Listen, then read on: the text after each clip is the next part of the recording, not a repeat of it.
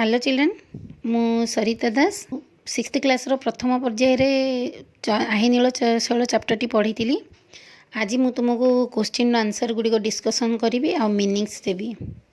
प्रथमे मु मीनिंग्स गुड़ाक खातार लिखिदेची तुम्हें एठू देखी मीनिंग्स गुड़ाक लिखिपार एवं प्रश्न उत्तर गुड़िक प्रश्नर उत्तर एवं व्याकरण विभागर प्रश्न उत्तर गुड़िक मुझे तुम्हें एठू निजर खातार लिखिपार।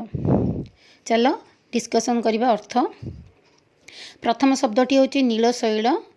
नीलशैल ये कवि जगन्नाथ को कहते तेणुक नीलशैल अर्थ शैलर अर्थ हूँ प्रकृत पर्वत। नील माने वर्ण, नील वर्णर पर्वत किंतु ये जगन्नाथ को जनाण कर तेणुक आर उत्तरटी ये जगन्नाथ बोली मुझे। करण द्वितीय अर्थटी हूँ करण। करणर अर्थ हूँ हाथ, कर करण है। तीन नंबर टी हूँ जलेण। जलेण माने जल माने पानी, जलेण माने पानी भितरे। चतुर्थ शब्दटी हूँ नासी। नासी अर्थ हम नष्ट करी। पंचम शब्दटी हूँ मृगुणी। मृगुणीर मृगुणी माने हरिण, अर्थ हूँ हरिण। षष्ठटी हूँ छ नंबरटी हूँ कषण। कषण माने दुख बा कष्ट, दुख कष्ट दुईटा जगह हम है। 7 नंबर क्वेश्चन हूँ तारण, उद्धार करिबा। तारणर अर्थ हूँ उद्धार करिबा। 8 नंबर जनान। जनानर अर्थ हूँ गुहारी, भगवान को प्रार्थना करिबा। ये गुहारी, प्रार्थना, निवेदन यही सब हो पार। बारण 9 नंबर हूँ बारण। बारण माने मना करिबा। 10 नंबर हूँ राजन। राजन माने राजा। 11 नंबर टी हूँ दारुण। दारुण माने दुख, दुख ये तो कषण माने दुख कष्ट कही किंतु दारुण माने ये दुख हम है। 12 नंबर टी हूँ गजराज। गजराज माने हाथी, राजा माने हाथी राजा है। गज माने हाथी, गजराज हाथी। श्रीरंगा चरणे 13 नंबर टी हूँ जबन। जबन माने मुसलमान, मुसलमान जाति है। आउ श्रीरंगा चरणे पाद जुगले। श्रीकृष्ण जेहेतु निजर पादटी को जुगल माने जोड़िकी रखुले तेणुक श्रीरंगा चरणे माने भगवान पाद तले कवि जनान करने विषय ये लिखिं श्रीरंगा चरण पाद जुगल। जुगल माने दुईटा। चिल्ड्रेन चलो वर्तमान प्रश्नावली प्रश्न उत्तर गुड़िक डिस्कसन करवा। आमर प्रथम प्रश्नटी प्रथम 1 नंबर दीर्घ उत्तरमालक प्रश्न नहीं आमर जेहेतु तुम छोट पिला तुमने एत बड़ लंग आंसर लिखिपारनी। तेणुक आम 2 नंबर क्वेश्चन टी संक्षिप्त उत्तरमूलक प्रश्न तार उत्तर गुड़िक आम ये लिखा। क नंबर क्वेश्चन टी हूँ कवि भगवान को कौन दलन करने को निवेदन करिसेंती। एठी आंसर टी हूँ कवि भगवान को नलिनी वन को दलन करने को निवेदन करछनी। तमर प्रथमे गीतर प्रथम पेज रे ही लिखाई महारथ नलिनी वन को कर दलन। तेणुक कवि नलिनी वन को दलन करने, दलन अर्थ कौन रक्षा करवा है। भगवान नलिनी वन को दलन करने को निवेदन करिसेंती। द्वितीय प्रश्नटी हूँ मृगुणी को घोर वन में पड़ी विपत्ति भगवान किपरि उद्धार करते।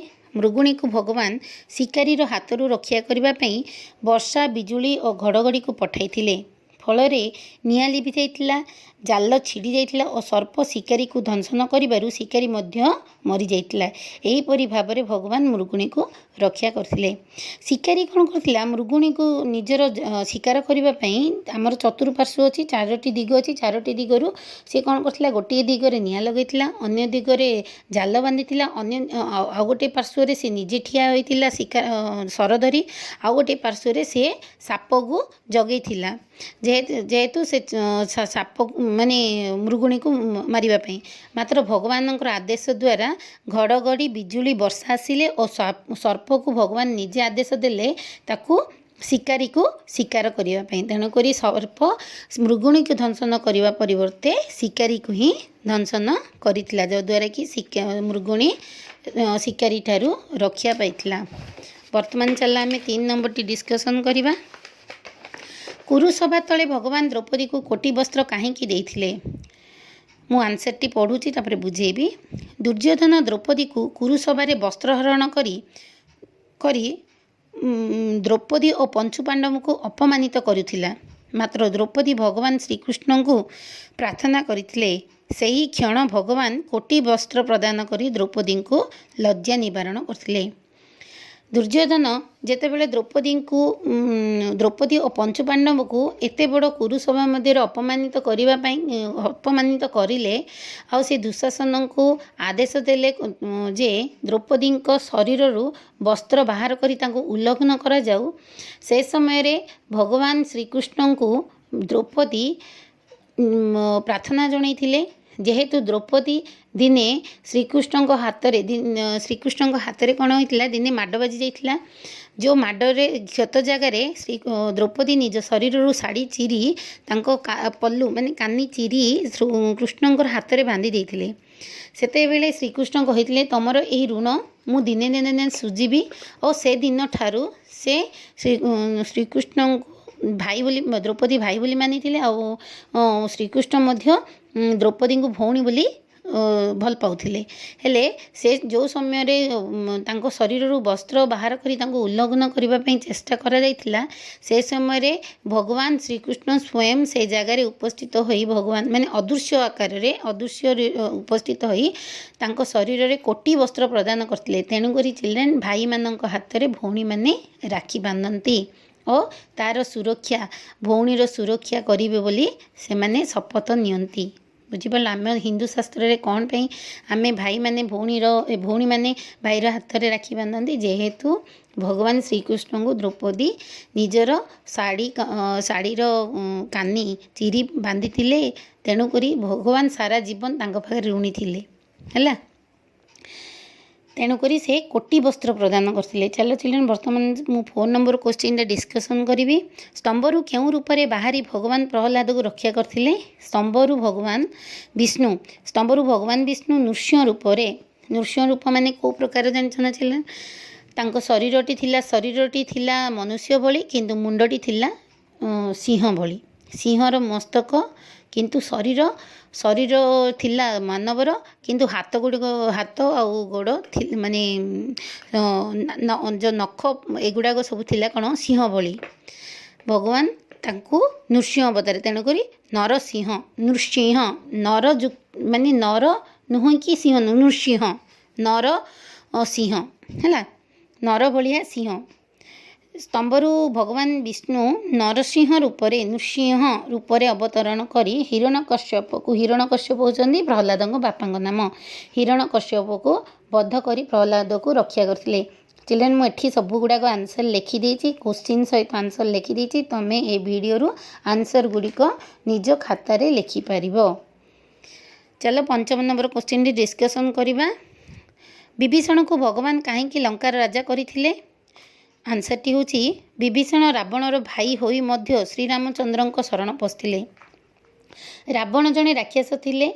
ଯଦି ରାବଣ ରାକ୍ଷସ ଥିଲେ ମାନେ ମଧ୍ୟ ବିଭୀଷଣ ମଧ୍ୟ ଜଣେ ରାକ୍ଷସ ଜନିରେ ଜନ୍ମ ହୋଇଥିଲେ। ମାତ୍ର କ'ଣ ହେଇଛି, ଭଗବାନ ଯେହେତୁ ତାଙ୍କ ବାପା ଜଣେ ଋଷି ଥିଲେ, ରାବଣଙ୍କ ବାପା ଜଣେ ଋଷି ଥିଲେ, ତାଙ୍କର ଗୁଣରୁ ବିଭୀଷଣ ଜଣେ ଦେବତୁଲ୍ୟ ହେଇଥିଲେ। ମାନେ ଦେବତାଙ୍କର କିଛି ଗୁଣ ତାଙ୍କ ପାଖରେ ରହିଯାଇଥିଲା। ତେଣୁ ସେ ଭଗବାନ ରାମଙ୍କର ଭକ୍ତ ଥିଲେ। ସେ ଜାଣିଥିଲେ ଯେ ରାବଣର ଦିନେ ନା ଦିନେ ସର୍ବନାଶ ହେବ। ତେଣୁକରି ସେ ଭଗବାନ ରାମଙ୍କର ଶରଣାପନ୍ନ ହୋଇଥିଲେ। ଶରଣାପନ୍ନ କ'ଣ? ତାଙ୍କ ପାଦ ପୂଜା କରୁଥିଲେ। ବିଭୀଷଣ ରାବଣର ଭାଇ ହୋଇ ମଧ୍ୟ ଶ୍ରୀରାମଚନ୍ଦ୍ରଙ୍କ ଶରଣ ପଶିଥିଲେ। ସେ ଭଗବାନଙ୍କର ଭକ୍ତ ଥିଲେ। ତେଣୁ ଦୟାଳୁ ରାମଚନ୍ଦ୍ର ରାବଣଙ୍କୁ ବଧ କରି ବିଭୀଷଣକୁ ଲଙ୍କାର ରାଜା କରାଇଥିଲେ। ଚିଲଡ୍ରେନ୍, ବର୍ତ୍ତମାନ ଆମର କ୍ୱେଶ୍ଚିନ୍ର ଆନ୍ସର୍ ଗୁଡ଼ିକ ସରିଯାଇଛି। 3 ନମ୍ବର କ୍ୱେଶ୍ଚିନ୍ରେ ହେଉଛି ସରଳାର୍ଥ ଲେଖ। କିନ୍ତୁ ତୁମର ତ ICSE ପାଟର୍ନ ୱାଇଜ୍ ଆମର ସରଳାର୍ଥ ନାହିଁ।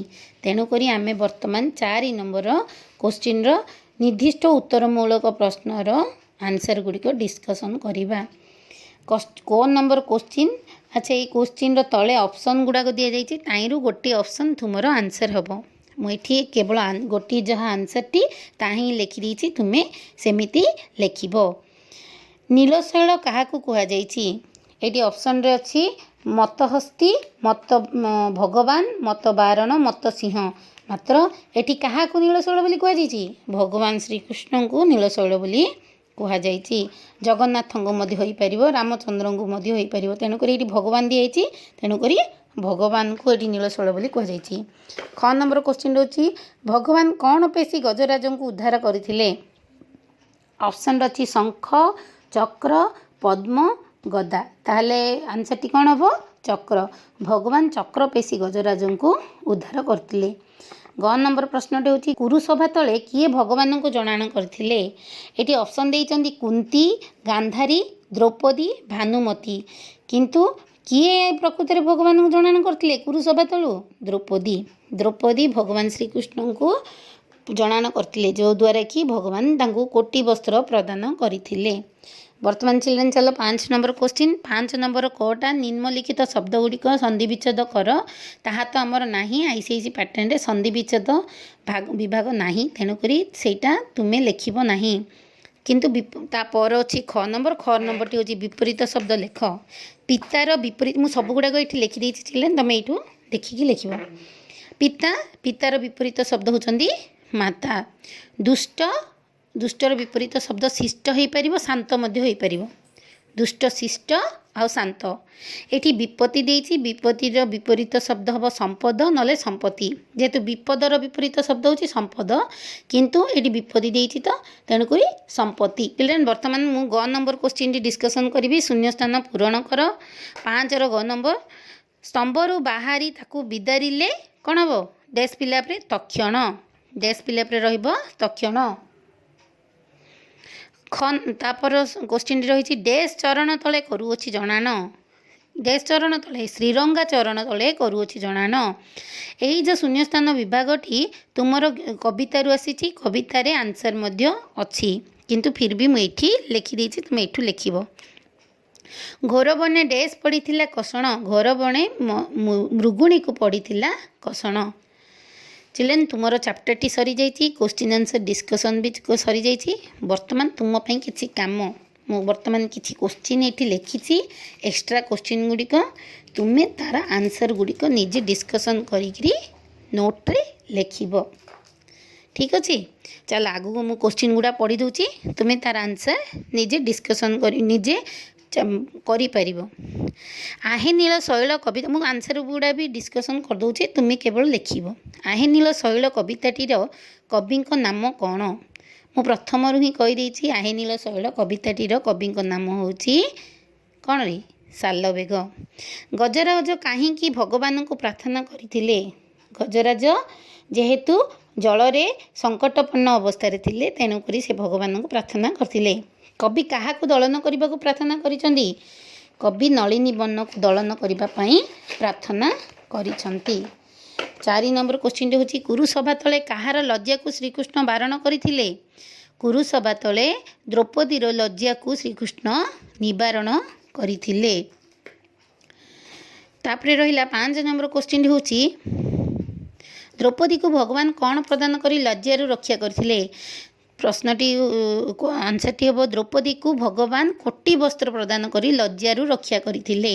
6 नंबर क्वेश्चन कौन रावणर भाई होई मध्य विभीषण को कहीं शरण को नेले रावणर भाई होई मध्य श्रीराम भगवान विभीषण को शरण को नेले कारण से तांकर बड़ भक्त थिले रामचंद्रंकर विभीषण जड़े बड़ भक्त थिले। 7 नंबर क्वेश्चन हूँ प्रहलाद को भगवान किपरि रक्षा करथिले प्रहलाद को भगवान उत्तर हम प्रहलाद को भगवान स्तंभरू नरसिंह रूप धारण करी बाहरी तांको बापा को बध करी तांको रक्षा करथिले। 8 नंबर प्रश्नटी प्रहलाद को रक्षा करने भगवान क्यों रूप से स्तंभरू बाहरी थिले मु तुमको आंसरटा कहीदे अलरेडी नृसिंह रूप से स्तंभरू बाहरी थिले। 9 नंबर क्वेश्चन टी सालवेग क्यों जाति जन्म ग्रहण करथिले सालवेग जवन जाति रे जन्म ग्रहण करथिले। तमर बहिर पूरा शेष स्टांजा दि जाइए तुम प्रथम चैप्टर शेष स्टांजा अच्छी सालवेग जवन जाति रे जन्म ग्रहण करथिले। 10 नंबर क्वेश्चन रही क्या चरण तले कवि जणाण करछंदी क्या चरण तले कवि जणाण करछंदी ଶ୍ରୀକୃଷ୍ଣ ଭଗବାନଙ୍କର ଚରଣ ତଳେ ଶ୍ରୀରଙ୍ଗା ଚରଣ ତଳେ, ତେଣୁକରି ଭଗବାନ ଶ୍ରୀକୃଷ୍ଣଙ୍କର ହଉ କିମ୍ବା ଭଗବାନ ଜଗନ୍ନାଥଙ୍କର ହଉ, ଯାହା ନାଁ ବି ଲେଖିଲେ ହେବ, ଭଗବାନଙ୍କର ଶ୍ରୀଚରଣ ତଳେ କବି ଜଣାଣ କରିଛନ୍ତି। ଚିଲଡ୍ରେନ୍, ତୁମର ଚାପ୍ଟରଟି ପୁରା ସରିଯାଇଛି। ଆଶା କରେ ତୁମକୁ ଭିଡ଼ିଓଟି ଭଲ ଲାଗିବ। ଘରେ ଦୁଷ୍ଟାମି ନ କରି କିଛି ନା କିଛି ପାଠ ପଢ଼ିବାକୁ ପଡ଼ିବ ଆମକୁ, ହେଲା। ଆଉ ଏଗୁଡ଼ାକ ତୁମେ ଯଦି ପାରୁଛ ଖାତାରେ ଲେଖ। ସେଫ୍ରେ ରୁହ, ସୁରକ୍ଷିତ ରୁହ। ଧନ୍ୟବାଦ।